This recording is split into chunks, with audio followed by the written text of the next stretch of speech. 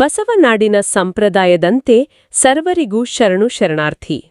ನಮ್ಮ ಬಯಲು ಬಯಲನೆ ಬಿತ್ತಿ ಯೂಟ್ಯೂಬ್ ಚಾನೆಲ್ಗೆ ಎಲ್ಲರಿಗೂ ಸ್ವಾಗತ. ದಯವಿಟ್ಟು ನಮ್ಮ ಚಾನೆಲನ್ನು ಸಬ್ಸ್ಕ್ರೈಬ್ ಮಾಡುವ ಮೂಲಕ ನಮ್ಮನ್ನು ಪ್ರೋತ್ಸಾಹಿಸಿ ಅಂತ ಕೇಳ್ಕೊತೀನಿ. ಇಂದು ನಾವು ವಿಶ್ವಗುರು ಬಸವಣ್ಣನವರ ಒಂದು ಅತ್ಯಂತ ಗಹನವಾದ ವಚನದ ಆಳಕ್ಕೆ ಇಳಿಯೋಣ. ಮೊದಲು ಆ ವಚನವನ್ನು ಪೂರ್ಣವಾಗಿ ಕೇಳೋಣ. ಒಡೆದೋಡು ಎನ್ನ ಮನೆಯಲ್ಲಿಲ್ಲದಂತೆ ಮಾಡಯ್ಯ, ಕೊಡುದೇವ ಎನ್ನ ಕೈಯಲೊಂದು ಕರಿಗೆಯನು. ಮೃಡದೇವ ಶರಣೆಂದು ಭಿಕ್ಷಕ್ಕೆ ಹೋದಡೆ, ಅಲ್ಲಿ ನಡೆದೇವ ಎಂದೆನಿಸು ಕೂಡಲ ಸಂಗಮದೇವ. ಸರಿ, ಇದನ್ನು ಹೊರಗೆ ಹಚ್ಚೋಣ. ಮೊದಲ ನೋಟಕ್ಕೆ ಇದೊಂದು ಬಡತನಕ್ಕಾಗಿ ಬೇಡುವ ಪ್ರಾರ್ಥನೆಯಂತೆ ಕಾಣಿಸ್ತೆ ಅಲ್ವಾ? ಹೌದು, ಇಲ್ಲಿರುವ ಸ್ವಾರಸ್ಯವೇ ಅದು. ಇದು ಮೇಲ್ನೋಟಕ್ಕೆ ಕಾಣುವ ಹಾಗೆ ಭೌತಿಕ ಬಡತನದ ಬಗ್ಗೆ ಅಲ್ಲವೇ ಅಲ್ಲ. ಇದು ಅಂದ್ರೆ ಅಹಂಕಾರದ ನಾಶದ ಕುರಿತಾದ ಒಂದು ಶ್ರೇಷ್ಠ ಪ್ರಾರ್ಥನೆ.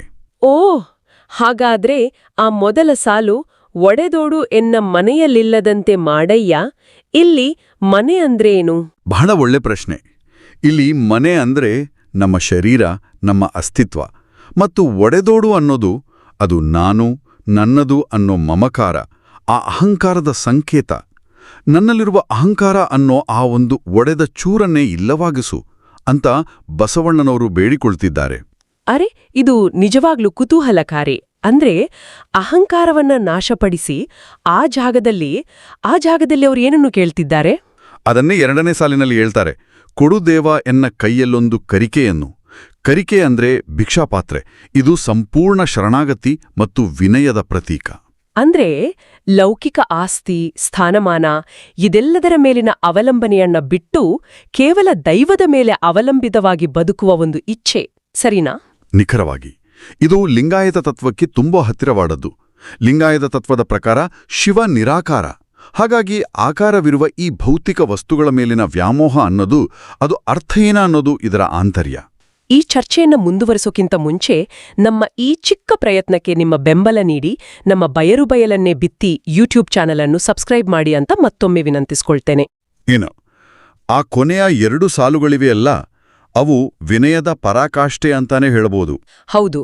ಮೃಡದೇವ ಶರಣೆಂದು ಭಿಕ್ಷಕ್ಕೆ ಹೋದರೆ ಅಲ್ಲಿ ನಡೆದೇವ ಎಂದೆನಿಸು. ಇದಂತೂ ದೇವರ ಹೆಸರಿನಲ್ಲಿ ಭಿಕ್ಷೆಗೆ ಹೋದರೂ ಅಲ್ಲಿ ತಿರಸ್ಕಾರವನ್ನು ಬಯಸುತ್ತಿದ್ದಾರೆ.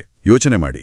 ಅಂದ್ರೆ ಆಧ್ಯಾತ್ಮಿಕ ಸಾಧನೆಯಿಂದ ಬರಬಹುದಾದಂತಹ ಒಂದು ಗರ್ವವನ್ನು ಮೆಟ್ಟಿ ನಿಲ್ಲುವ ಅಪೇಕ್ಷೆ ಇದು. ಅಂದ್ರೆ ತಾನು ಭಕ್ತ, ತಾನು ಸಾಧಕ ಅನ್ನೋ ಸಣ್ಣ ಅಹಂಕಾರ ಕೂಡ ಬರಬಾರ್ದು ಅಂತ. ಖಂಡಿತ.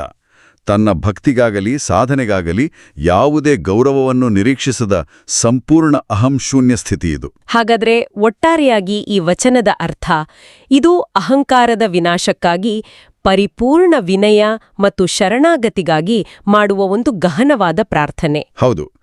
ಇದರ ವಚನಾಧಾರಿತ ಸಂದೇಶ ಸ್ಪಷ್ಟವಾಗಿದೆ. ನಿಜವಾದ ಮುಕ್ತಿ ಸಿಗುವುದು ಏನನ್ನಾದರೂ ಗಳಿಸುವುದರಿಂದಲ್ಲ, ಬದಲಾಗಿ ತನ್ನನ್ನು ಅಂದ್ರೆ ಅಹಂಕಾರವನ್ನು ಕಳೆದುಕೊಳ್ಳುವುದರಿಂದ.